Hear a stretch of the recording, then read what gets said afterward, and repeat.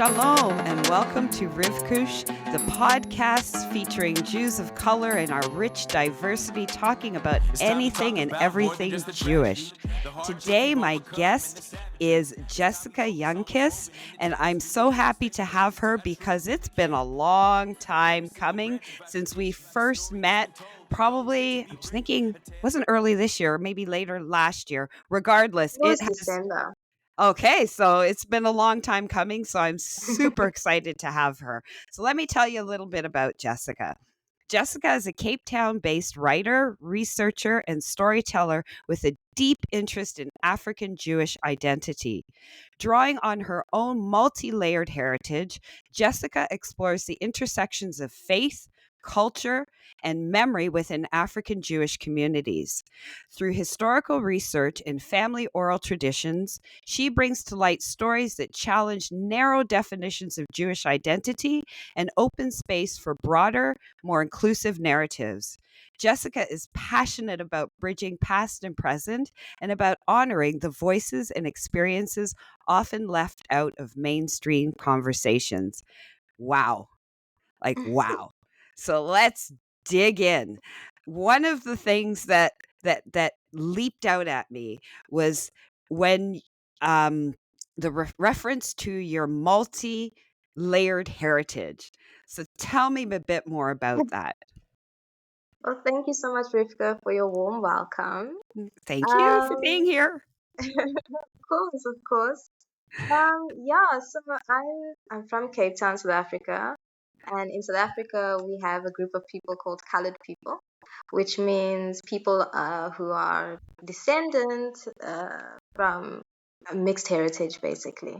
And I think so. Yeah, so we descended from a whole lot of different people, and that's because of the history of the Cape. Many were brought to Cape Town as enslaved people from Africa, mostly from the East.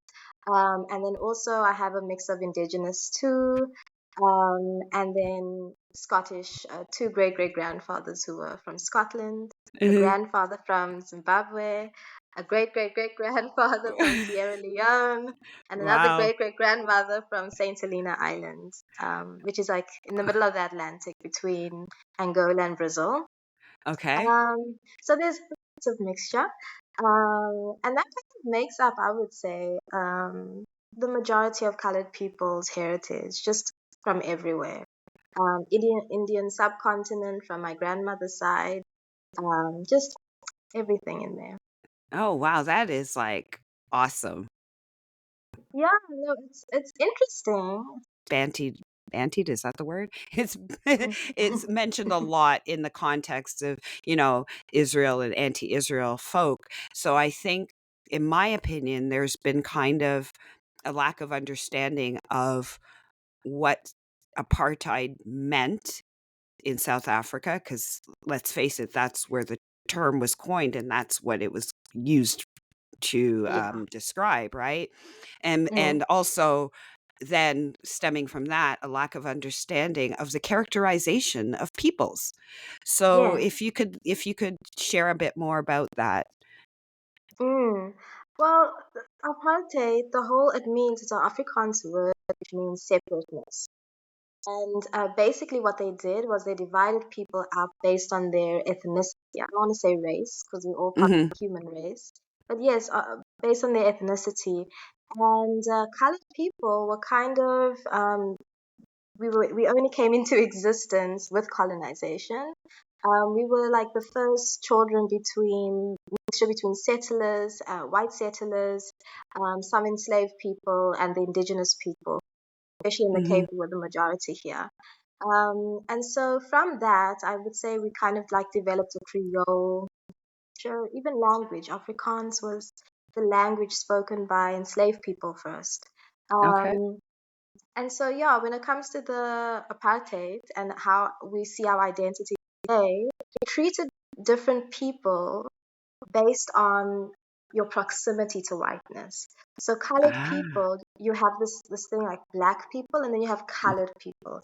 Colored Hmm. people were also grouped with Indian people, who were also brought to South Africa as indentured workers. and they're mostly in Durban, which is or KwaZulu-Natal, on Okay. the East Coast. And so colored people had slightly more rights Okay. than the majority of black people.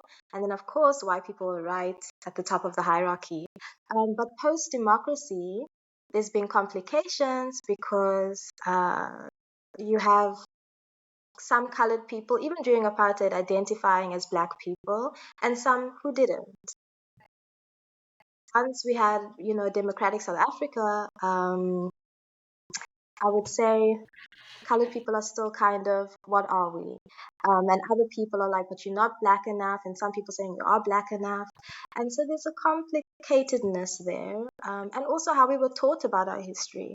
It's only now that we are, I would say in the last maybe 5 years or so, like colored people are really embracing their Africanness, and Okay. exploring it and being more bold about it. Some people have been, of course, Hmm. for a while, but now people are feeling more bold to do so. But it's complicated, very complicated, because we don't have a traditional African culture. Um, Ah. yeah, and in South Africa, blackness, I would say, is equated with having a traditional African language and culture. Oh, Um, yeah, I so our never culture even is different. realized that. Yeah. Yes, yeah, we have a very different culture, very different. We have different food. We don't speak a traditional African language. We speak Afrikaans and English, which are very Eurocentric languages. Right. Um, Even though Afrikaans has a whole mixture of, there's this Dutch, but there's also indigenous words in there, Indonesian words. It's a mix. It really reflects the history of what happened. Uh-huh. Um, but yeah, it's very difficult, and our indigenous ancestry and heritage was very was erased, Hmm. and the older generation, even if they grew up speaking the indigenous language, there was a shame to it. You didn't want to admit that you could speak it or that you were so closely related to it. Okay. Um, so yeah, a very complex, complicated Wow. Oh my gosh, I just got identity it. struggle. I got to chill because I'm learning all of this, right? And wow. Um so describe more about the indigenous and the indigeneity of Yeah. the peoples. Yeah, so colored people are mostly in the Western Cape, Hmm. and the when Europeans arrived, they were mostly the Khoi and the San peoples here in the Western Cape, who have First Nation status in South Africa. And so I would say the foundation of colored people are the Khoi and the San.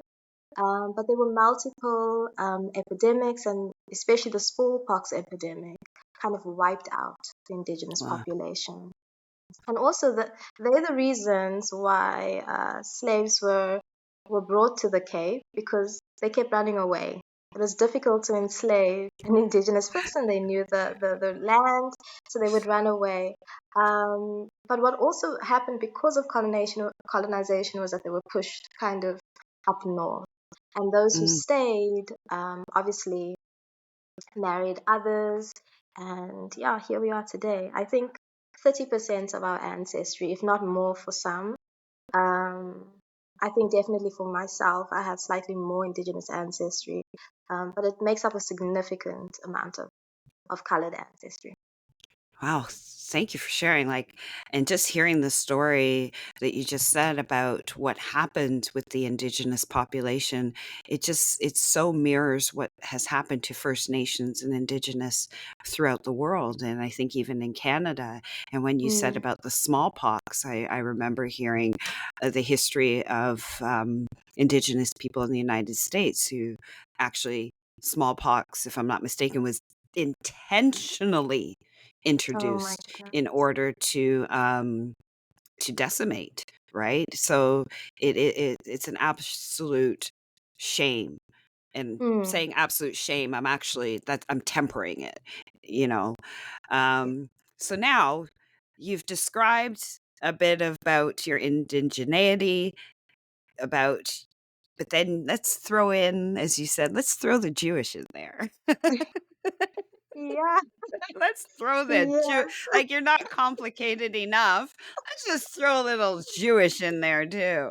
So, Yeah. yeah, so elaborate and tell me Yeah. how, you know, navigating the South African Jewish community, which, is strong. And Yeah. really, when I think about even here in Canada, we have our like, South African Jewish communities, right? So Yeah. go ahead. Ye- Yeah, so I think so. Firstly, there are a lot of colored people who have Jewish ancestry Hmm. because of the mixture. And I don't know if you've heard of District 6, but this was a very mixed area in Cape Town. Oh, And at the start of apartheid, the government decided it's too mixed, people can't be staying together. And so they literally came in and bulldozed District 6 and split everybody up according to their ethnicity. oh Um, my goodness. yes, and it broke up families. It broke Of up, and this course. didn't just, yeah, it didn't just happen in District 6. It happened in areas, but District 6 is the most famous example. And the plan was to build a white neighborhood there, and they never did. Till today, it's empty. It's just empty Wow. land in the heart of the city. So there are some efforts to bring people back and rebuild the homes. But yeah, there's many people who can trace their Jewishness to or their Jewish heritage to District 6, those who are not Ashkenazi or white. Hmm. Um, for myself, I guess my story also kind of begins at one point in District 6. My paternal grandfather came from Zimbabwe, from a rural village in southern Zimbabwe, and he came to Cape Town in the early 1950s, and he went to District 6, where I'm guessing that's where he met my grandmother, who was colored. Hmm. But it was this grandfather of mine who I've never met, I've only heard, mysteriously arrived in Cape Town um, with his two brothers. And I would say kept a lot of secrets, especially his brother. Um, and then, just fast forward, my dad didn't grow up Jewish or anything like that, but he Hmm. felt such a pull towards the community. Um, and when I was about 5 years old, I was about to start school. I was enrolled in another school. He saw an ad in the newspaper and decided for a Jewish school, and he decided to send me there Mm. without knowing a lot. But his uncle was very supportive.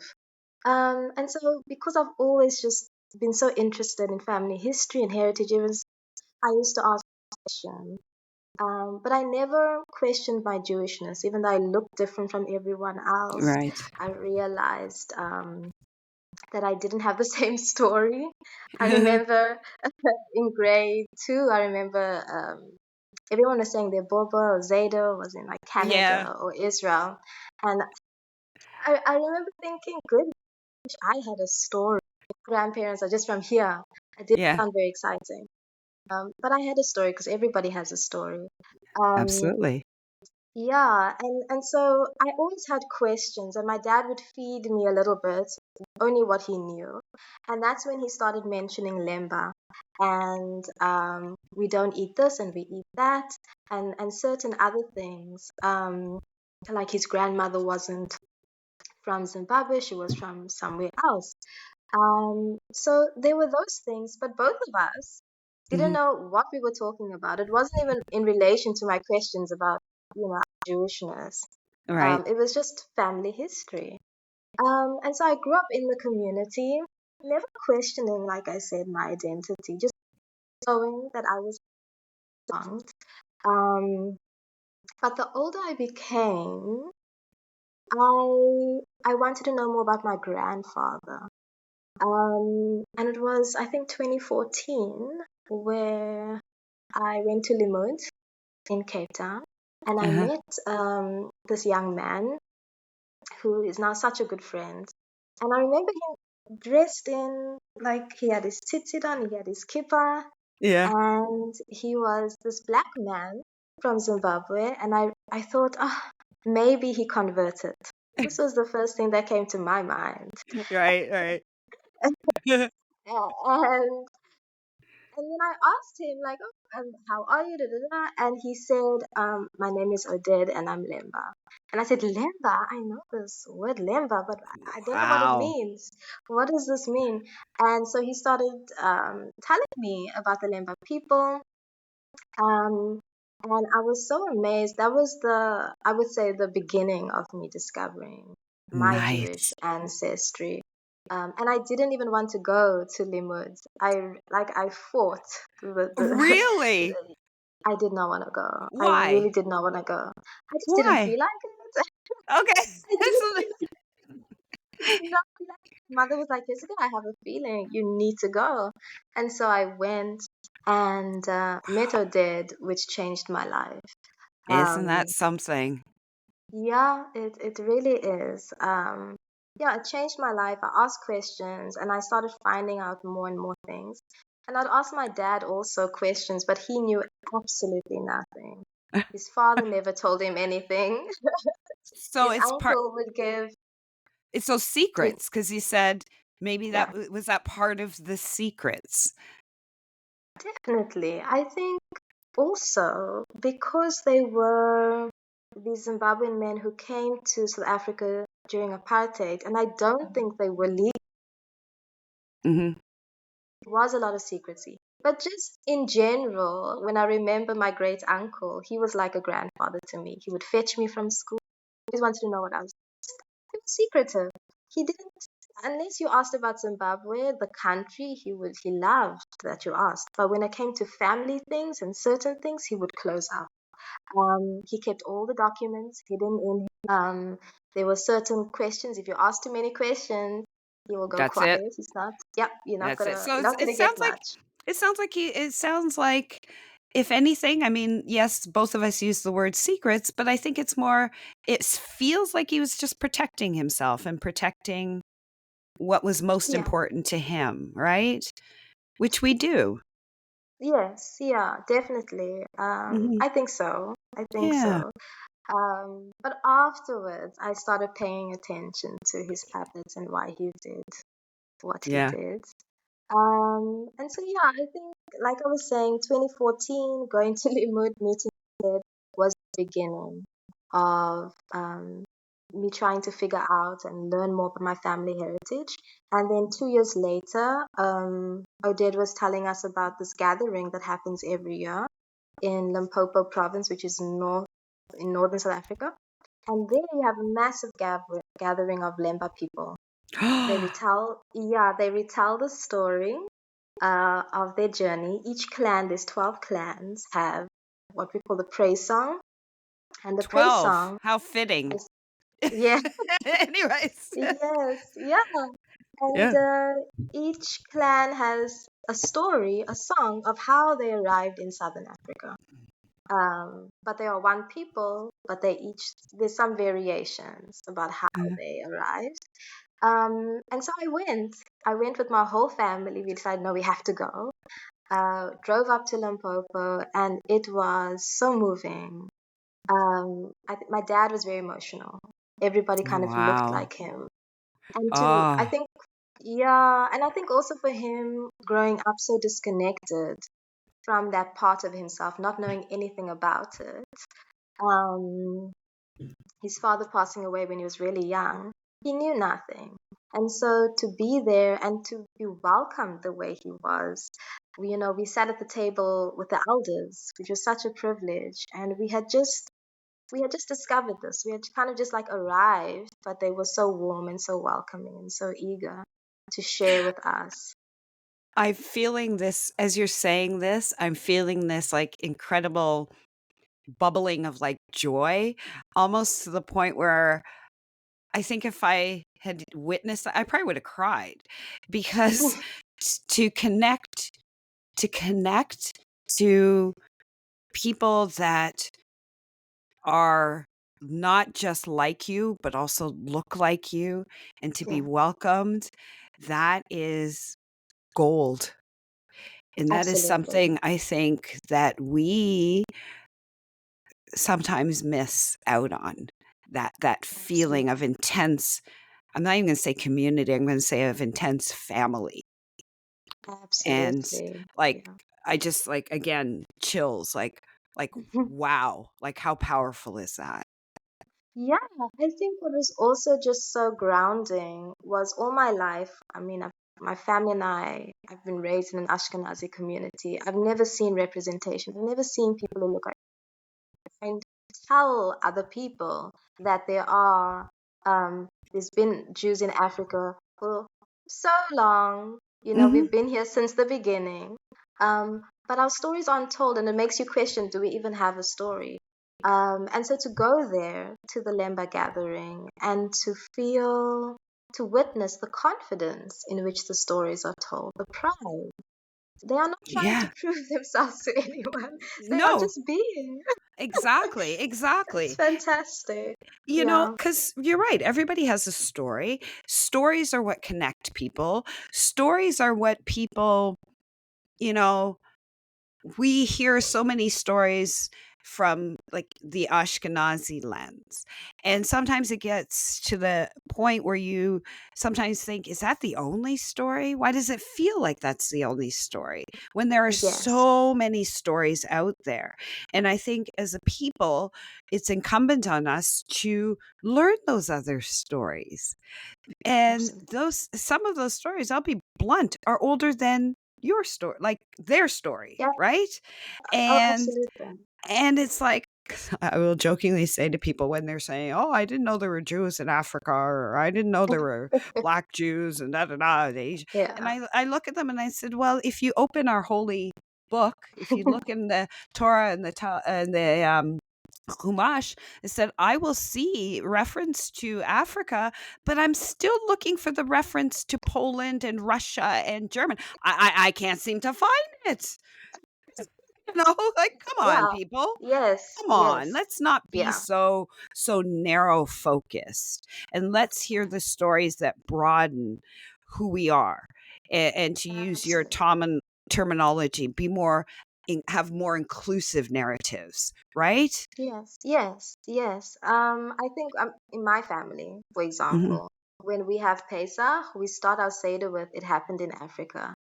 Um, yeah, this is so important. Let's just put things in perspective. That's what we do. Yes, We want everyone to know that we because are it very much a part did. of the story. Yes, it happened. Because it did. Like, I mean, the way it's told, you'd think it happened, you know, near the Rhine River in Germany. It's like, of course it happened in Africa. Yes, and this puts everything in perspective. Because Precisely. yeah, now we can start asking the real questions. And when we look at ourselves, we don't like a few months ago, I ran a seminar on exploring African Jewish identity. And one Mhm. of the girls asked, are we real Jews because we're black?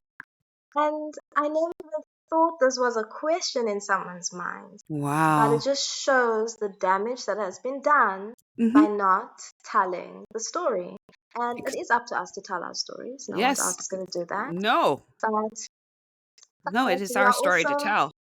yes, but we are also, we're in Africa.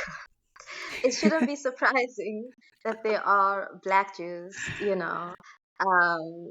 or Jews of African descent. It's not surprising. Yeah.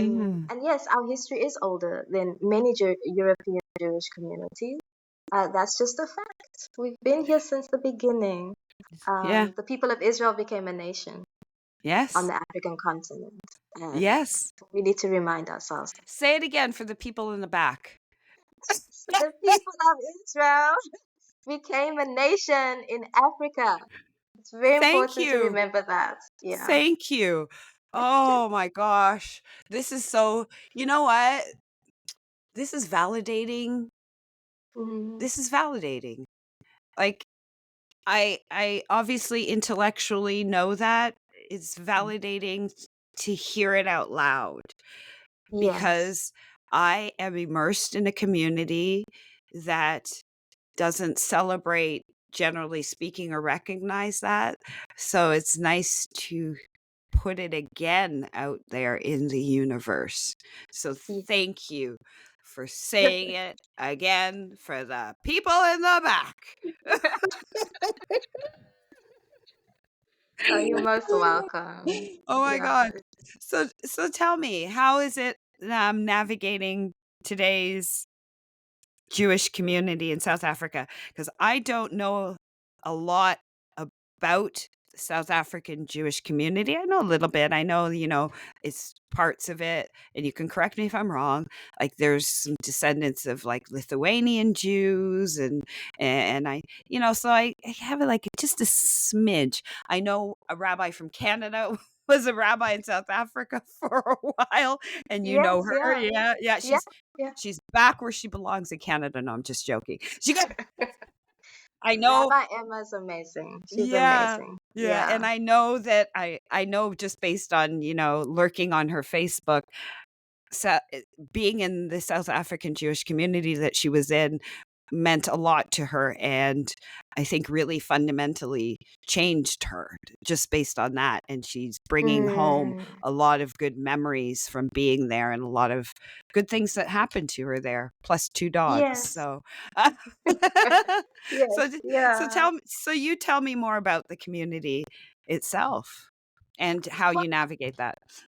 yeah, well, we're a very vibrant Mhm. community, very organized, very close-knit. Everybody kind of knows everyone. And there's so much strength in our community. I think we don't realize that. There is a very deep sense of togetherness, community, and building community and being there for one another. So it's a fantastic community. I'm very, very, especially in South Africa, I think the Cape Town community it has the most flavor. Ah!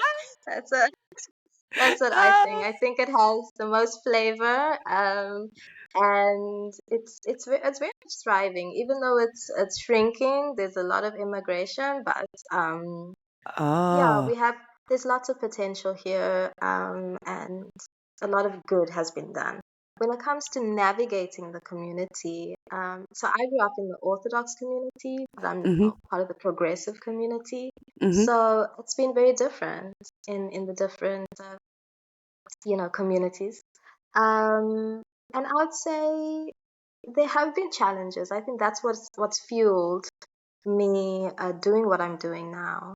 But I've seen so much progress, Good. um, and I think that there's a lot of people who are aligned to what I'm thinking and saying, but they don't always have the courage to do so.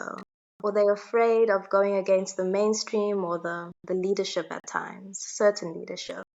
And since my seminar actually in March, Uh-huh. there were lots of issues that were brought up from the participants about our community and how it operates. Um, Would you care to and elaborate? yeah, of course. So the seminar was about exploring African Jewish identity, but also provide a space for Jews of color or Black Jews to speak about their experiences and their struggles and basically learn a bit more about their history. There isn't a space like that, and I know we all have the same stories. Mhm. So first day of the the seminar, there was some security issues. Some people were Ugh. stopped. Oh. Yeah, some people were stopped. Some people had comments made towards them, like "What is this circus?" What Etc. is this? etc. I'm sorry, what is this, circus? Yeah, and Ah, um, wow. and so even though it's very unfortunate, it was validating. We realized, so the participants were from Cape Town and Johannesburg. We realized that we have important work to do and Mhm, that we were in the right place at the right time. mhm, Um, and so having that happen to us while we were together trying to form community mhm. um, was really a blessing in disguise because from that, I went afterwards to speak to community leaders, to speak to different people, and I saw almost like an instant change in certain Wow. things. Yeah, Good. especially when it came to like community, security. Yeah, because Um, like, seriously, that's a huge thing these days, and that's something that I personally keep in the back of my head, I worry about that. I worry about that as a person of color navigating security in the Jewish community, especially since it's tighter. Am I going to always be singled out? Am I always going to be questioned? Yeah, Am I going to get a pat down? Am I going, exactly. like, Yeah, it's like, what the heck, man? absolutely. And it's really like, it's so damaging. Uh-huh. Um, my brothers just like avoid going to shul sometimes because of that. And so you're pushing people away, Mm-hmm. in the name of protecting the community. But you can't, like, these people have grown up. It's not like they're strangers. So one of the solutions was, okay, if they are like this means that they don't realize that we are here. So we got to join them, Mm-hmm. um, and and not just join them, but make ourselves more visible in the community. Not Mm-hmm. that we aren't, we are, especially my family, but really like get out there, be visible, because the first reaction is to hide, to just be like, Right. I don't want to do this anymore. It's too much for me. But this is just going to make our problems worse. So Right. showing up, continuing in different leadership positions if they are involved in that. So yeah, this was one of the things that happened. And our community, I will say, um, has received the feedback really well. Of Mm-hmm. course, there's still a lot of work to be done, but I feel, maybe it's just me, but I feel more empowered and I don't feel as afraid as I did a few years Good. ago. And I think maybe the community, Africa is very, very hostile at the moment towards Israel, as I'm sure you know. Oh, we're gonna get Um, into that. yeah, so it does us, it doesn't do anyone any favors to not listen to the voice of Jews of color in your community, because you're Mm-hmm. gonna need us, Yeah. especially when you have a history. Yeah. The mainstream community has a history of being aligned to or benefiting Bet privileges. exactly. Exactly. Um, Yeah. right. And I'll be So, candid. I struggled with that when mm, I struggled with that a lot because while I don't inherently, because why would I? I don't inherently believe that white South African Jews are inherently racist. I do not. That's not a mantra I'm going to say. But in the back of my head, I think to myself, but you did benefit from the system. mm, And how do you process that? That you did benefit from the system. The ones who have actually said that to me, I'm like, hands up, you own it. You own it. But it's a fine line that I walk being removed from South Africa per se, but I do think that in my head. There's no mm, doubt. I think that in my head. yes. And this is, I think, it's so important, because I don't when you're in a privileged position, it's very Mhm. difficult to see things on the ground, the ordinary Mhm. people. And and so even when people complain about certain behaviors, you're unable to see them. Mhm. And also, with South Africa, the move from apartheid to democracy. Actually, I started school at this, almost at the close to the beginning of the democratic, just afterwards, South Africa. And I remember, when I look back, I think many people didn't know how to relate to me, parents, not children. Mhm. Only interaction really, um, pre-democracy with a black person or a colored person was in a subservient position. Mhm. And so, and you saw that, and I'm generalizing, but Yes. the truth is that majority of the community were anti-apartheid activists from the Jewish community here, Right. many, Of but course. but the majority were, I don't want to say complicit, but they didn't stand up, and they just Mhm. went with the flow, and they benefited from the oppression of non-white peoples. Mhm. And so I think there is a complicated, especially in the beginning, with how do we relate to other Yeah. people, uh, to people of color. Now, and you still see, the Jewish schools here are still very privileged, and so you Mhm. still see a lack of understanding on certain issues, and it gets more complicated when they're like, I'll give a personal example. What happened to my brother and sister, but my Mhm. brother got it the most. A teacher, even a rabbi, singling him out and saying, "You aren't Jewish, so you can Wow. represent this people." It was some sort of lesson. Right. And the rabbi assumed he wasn't Jewish. And this is 2 3 years ago, not that long ago. So there Ouch. is still, yeah, there's still so much ignorance. And I Mhm. would say willful ignorance. Um, and yeah, there's lots of work to be done still. Yeah. Um, but it's, I think we need to really, as the African Jewish community, look at our privilege. Thank you for Um, saying that. yeah. I think what was important for me to hear is what you said about the the difficulty and the challenges when you go from one certain system to another system and navigating that, and how you know it was hard, and it is still Mm. hard. And I did smile when you said that you started school during that time, because then I flashed to what I was doing during that time.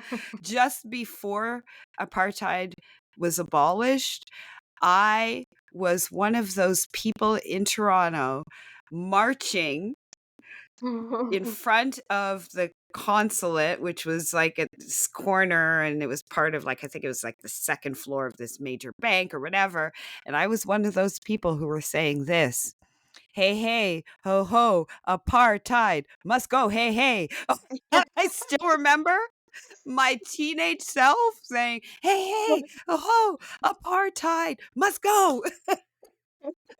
I march Wow. hard. I march hard against apartheid. Hard. Well, part of it too, my mother had really good friends, still has really good Mm. friends who are white South African. And their daughter, whose name is Pamela, I just remember Pamela because I loved listening to little Pamela talk. Anyways, they came to visit us in Toronto when I was probably, I'm going to say, about 14 ish years old. And we had a blast. Like, they were just like one of the best family visits I had ever had. I remember growing up, they were just so much fun. And then, they said goodbye, went back to South Africa, and I'll never forget my mother saying, "Well, that was a blast. We need to now go and visit them in South Africa." And my mother was so excited, like, "Let's go to South Africa and hang out with them." And I remember just my little self looking at my mother and saying, "How?" And my mother's like, "What do you mean, how?" I said, "Mom, they're white, we're black. We can't do anything together. We can't go to restaurants together. We can't do anything together." I said, "Mom, it's not going to work out." And my Mm. mother, in her, I think I broke her happy bubble. She was just like, "Oh, no, I never even," because she just naturally thought, "Go hang out with my friends." I said, So we never did, obviously. And their Mm. story was they ended up leaving South Africa and going to Australia because they couldn't take it anymore. They could not take that system where, it's a legal system of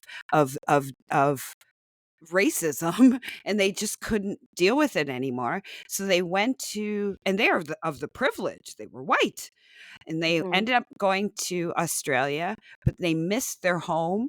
So they went back to South Africa, tried it again, and said, "That's it, we cannot." And they left. They permanently left South Africa. So that's my rather remote experience with us. But I think now Yeah. you'll forever hear, "Hey, hey, apartheid I must go." will. And then, of course, you did the sound. It was at the end, you'd go, "Ooh, ooh." Yeah, my youth, my youth. Yes, yes. And I'll have to say that was really the only thing I ever, like, really got out there and marched against. That was the only Oh, thing. But, so, let's talk a bit about I was very angry with South Africa coming out, mm, and saying that Israel is an apartheid, state and all that because I'm like, South Africa, you should know. You, of all countries, should know that it is yeah, not by definition. However, now what you've done is so irresponsible because people are like, well, they were apartheid, so they must know what it means. So therefore, it absolutely, must be yeah, true. yeah, Like, what the hell? So, what's going on in South Africa?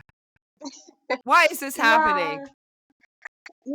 I think when it comes to South Africans, if you use emotive words like apartheid or segregation or racism, it's people automatically will jump on that bandwagon. They get very angry very quickly, and they don't want to hear anything else. Hmm. I think also our politicians, the same way, especially the ANC, are very have always been very anti-Israel or just hostile. Wow. Um, yeah, very Do you hostile know why? Like what the because Israel and South Africa had a very close diplomatic relationship. during apartheid. Had. Dur- Yes, yes. Oh, and so that's it. that's the problem because That's it. there was, yes, there were sanctions on South Africa at the time, and Israel would I even think they trained certain units of the army, the apartheid army, the army, South African army during that Ah, time. And so people have not forgotten that. there it is. And yeah, but they forget the other part of the history between Israel and other African countries. I think pre 1960s, where Israel had really good relations with other African countries. Mhm. But the problem was working together with the apartheid government, and I guess this is because they both were isolated in a way. Mm. Um, but and it, that arrangement makes no sense because historically the apartheid government were very much aligned to Germany and those policies, racist policies. Even yeah, and Namibia. I don't know if you know a bit about the history of Namibia, um, but many of the Nazi ideology was adopted by apartheid, the apartheid architects. Um, Oh. so it doesn't make sense why Israel did it, and I don't know a lot about that. But people haven't forgotten that. Not everybody knows this, but I think those definitely in government, they like to remind people of that. But Mhm. yeah, the moment people see oppression, and also when it comes to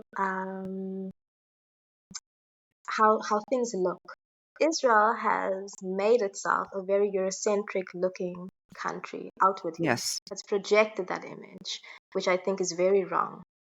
And it doesn't help us at all. And then you have the Palestinian people who are obviously the other, right? The Mhm. brown people, Yes. the people who are struggling or fighting for land. And so this image resonates so much with South Africa, the white oppressor and the Wow. non-white oppressed. And then it gets, especially in South Africa, we have, like you were mentioning earlier, South African Jewish community, majority are descendants of Jews from Lithuania. So it's a very, very white looking Jewish community. We Uh-huh. do have some Sephardi and then obviously us here.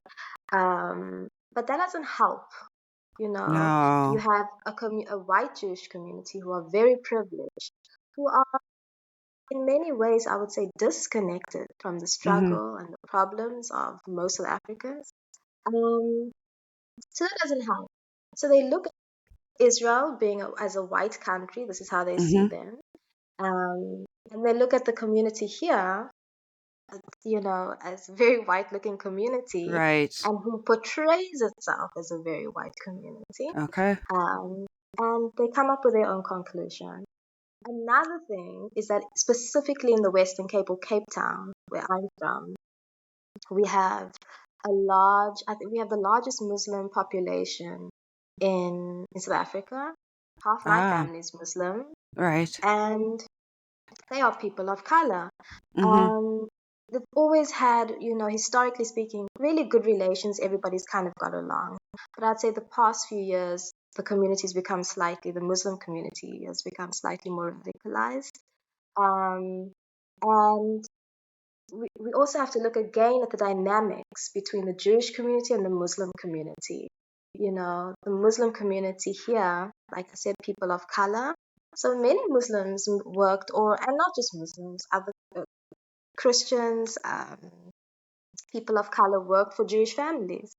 So Mm. we again have that dynamic of the Okay. privileged and yeah.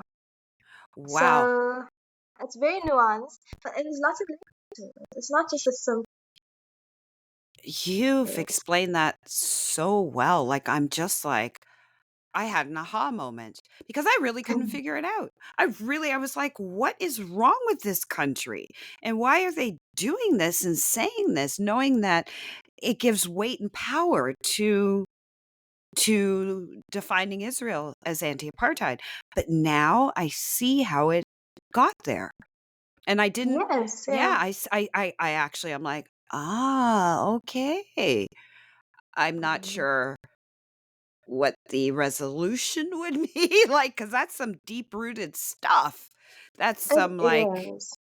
But I that's think, yeah, but I genuinely believe that part of the solution, because like I was saying, our community here, Jewish community, is very white, mhm, um, but it's not all white. And mhm, so it's very easy for South Africans to hear what's being said around the world of colonizers, mhm, white settler colonialism, all those things. And then you look at our community and like, oh, but it must be. They have no idea about Jews in Africa, no right, idea about Jews in India or mhm, They have no idea. And so it's the responsibility as a Jewish community to say, no, we're not a white community. yeah, This is who we are, and to show the diversity. And Israel too. Israel also has a responsibility as a country which is majority Mizrahi to portray yes, itself, as such, exactly, as instead such, of this very, yes. mm, It's funny because I was actually just speaking to somebody about that the other day. I said, Israel's struggling with that image of being white colonizers. But I said to them, I said, you know what I find really ironic is that, for almost all my life, whatever, in the communities, we ourselves have pushed that narrative of absolute, of the dominance of white Jews, and that is who we are. And yeah, I said now people are like, no, Jews aren't white Jews. I'm like, but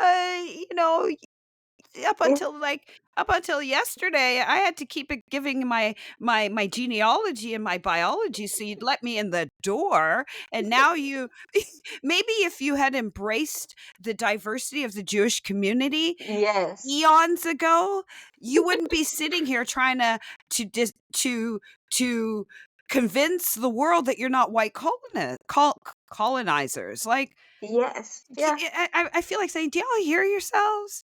Do y'all hear yourselves?" yeah. This is one of my the thoughts that are always in my head, and it's one of the reasons that I feel a responsibility to tell our stories and to be visible. Mhm.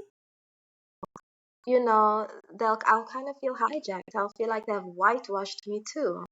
And we have a responsibility how we portray ourselves. Yeah, it's funny you Yeah. say that because somebody once said to me, they're like, "You're Sephardi." I'm like, he goes, "Yeah."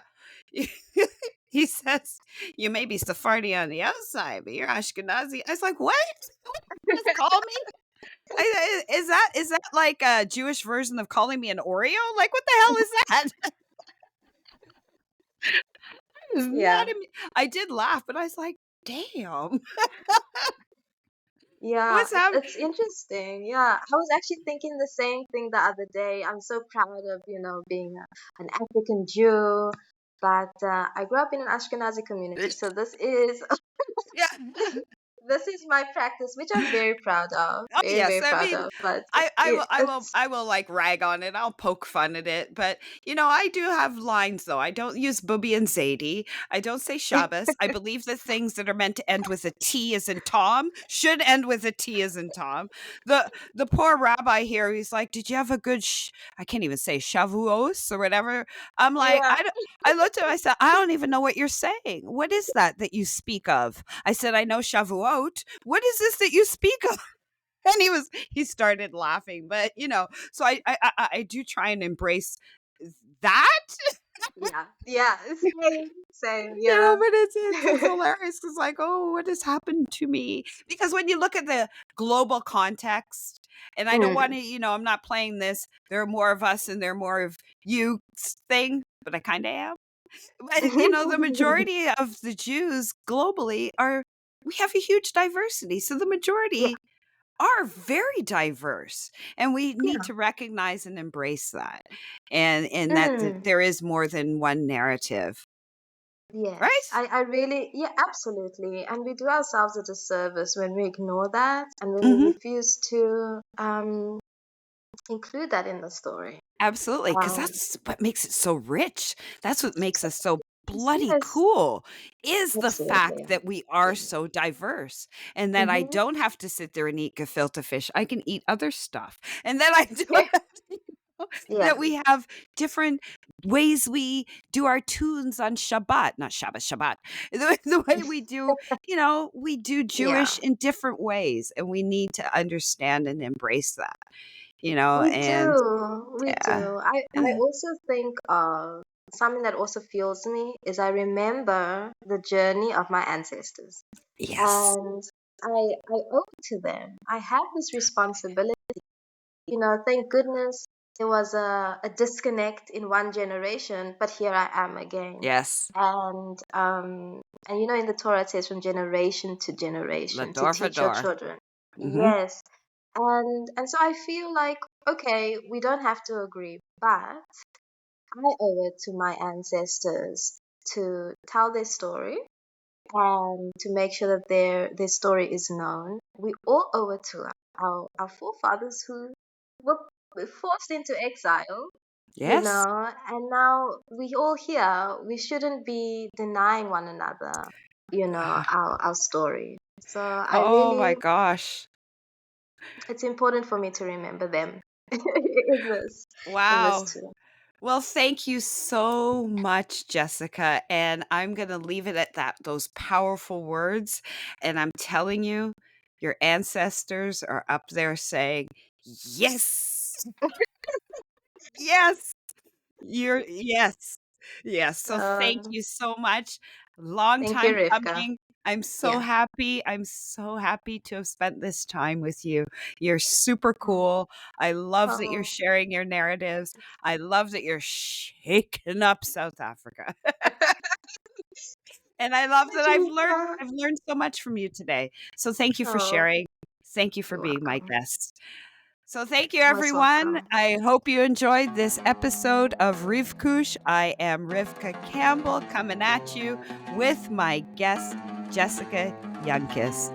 Once again, thank you. Thank you, Rivka.